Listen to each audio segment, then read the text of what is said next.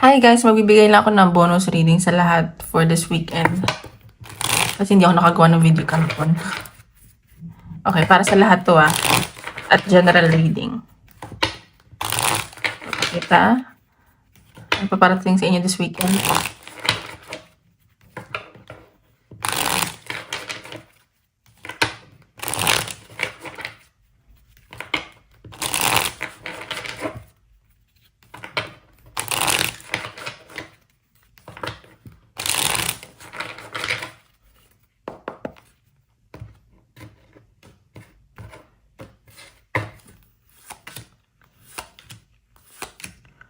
Okay, sa nakikita ko dito, may nakita akong biglaang communication or pag-travel sa inyo ng person mo.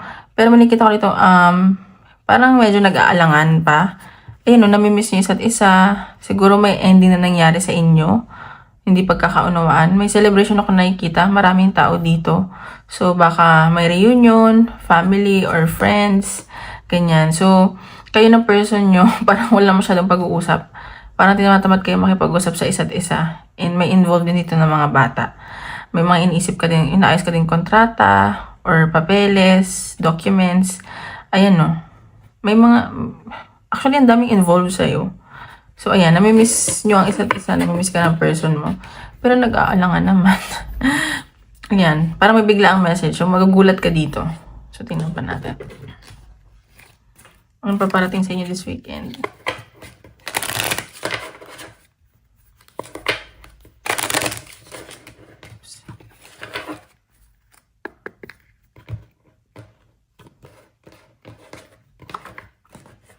Nagkatampuhan ba kayo? Parating sa inyo this weekend.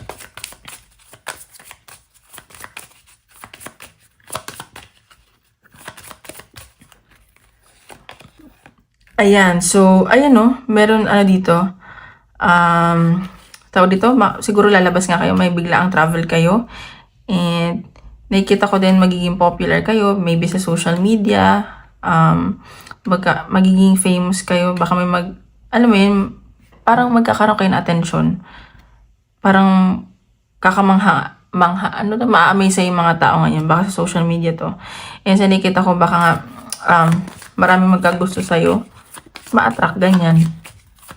Baka may reunion kayo, lalabas kayo. Tingnan pa natin. Ang paparating sa inyo this weekend.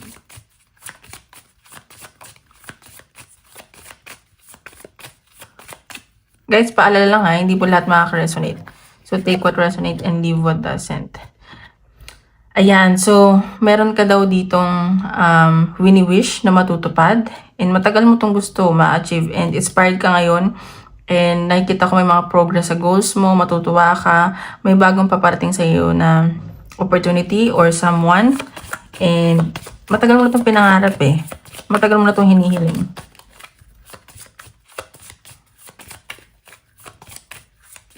Natin. Matagal mo itong pinagdasal. May ma-achieve ka this weekend. Ayan, so nakikita ko, siguro isisikreto mo to or parang may aalamin ka pa para ma-expand yung business mo or yung career mo, and sa nakikita ko na magpapaka-misteryoso ka, pero itong dream or opportunity yung paparating sa'yo, isisikreto mo hindi yung papaalam sa iba. Nakikita ko din na swerte yung iba sa business, swerte yung iba sa pera, ganyan. So kung may nawala, may bagong paparating. Ayan no, medyo nag-isolate ka din siguro. And nakikita ko may improvement naman. Ayan, so medyo emotional ka lang. May celebration ako nakikita talaga. Ayan.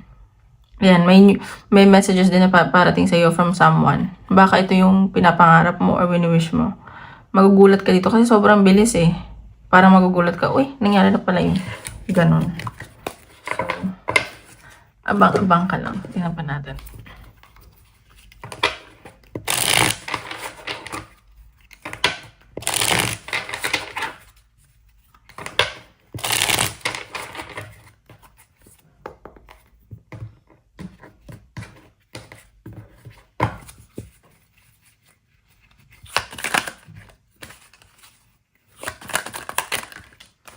Ayan no, see? yung mga yung mga tinanim mo noon, aanihin mo na, you reap what you sow nga. So, baka nag-invest ka, ayan, ano mo na, makukuha mo na. Ayan, kalmado lang yung energy nyo, masaya kayo, and mas iniisip nyo yung peace of mind nyo, ganyan. Nag-meditate siguro kayo, nag-iisip-isip kayo ng mga goals nyo. See?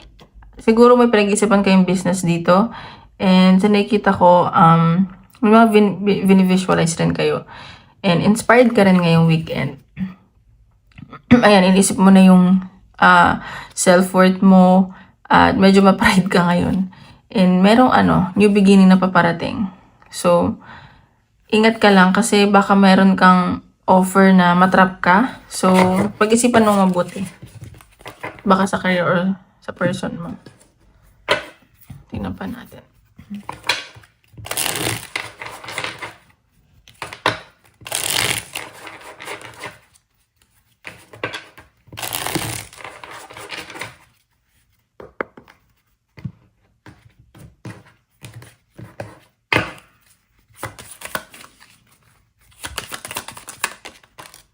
Five of Pentacles. So, may nakikita ko dito, siguro magiging cold ka sa person mo, or i-isolate mo yung sarili mo. Parang, tinitipid mo din yung pera mo kasi, alam mo yun, madaming gastusin. Queen of Wands. So, pero nakikita ko sobrang attractive ka.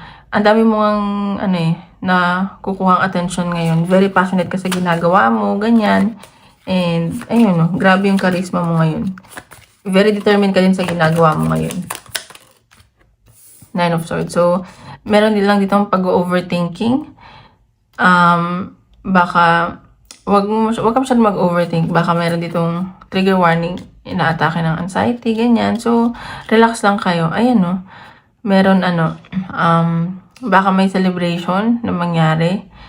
May mga ikakasal, ganyan, or may iniisip ka rin gusto mo na ikasal, may success ako nakikita at victory. Hindi man ito mangyari this weekend para sa mga susunod na araw or buwan. May magiging masaya ka dito, may success, ayun no. And fated to mangyari, may mga positive changes. So, tigil-tigilan mo na yung pag-overthink mo, okay? So, huwag ka na mag-overthink. So, tingnan pa natin message sa'yo ni yun. Message sa'yo ng person mo.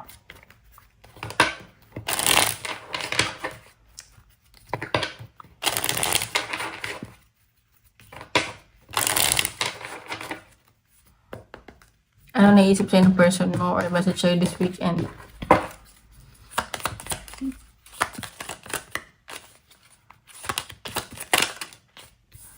I don't react when people mention me. So, dito siya nagre-react kung narinig niya yung pangalan mo or may nagkikwento about sa'yo. Kasi natatakot siyang kontakin ka. Ganun. I hide behind material things. So, ayan. So, baka nagpo-post siya or alam mo yun, parang material na bagay lang yung pinapakita niya. Pero grateful siya sa spiritual lesson na natutunan niya sa'yo. Ayan. Kinampan natin. Proposal. So, ayan no, baka may mag-propose, may commitment. Hindi man to sa love life or sa career, ganyan. Pa natin. So, meron dito maglalakas ang loob na makipag-usap sa'yo. Ayun o, ang daming opportunities na paparating sa'yo. And congratulations. Ayan, so baka may bonding kayo ng family mo, baka magbe-beach kayo or mag-outing. Gusto mo kasi ng peace of mind eh. Ayan. So, iba dito ginos ng person or ikaw to. And gusto mo na ng freedom. So, ayan. Para magiging strong ka sa mga pinagdaanan mo. Okay, so tingnan natin advice ng universe.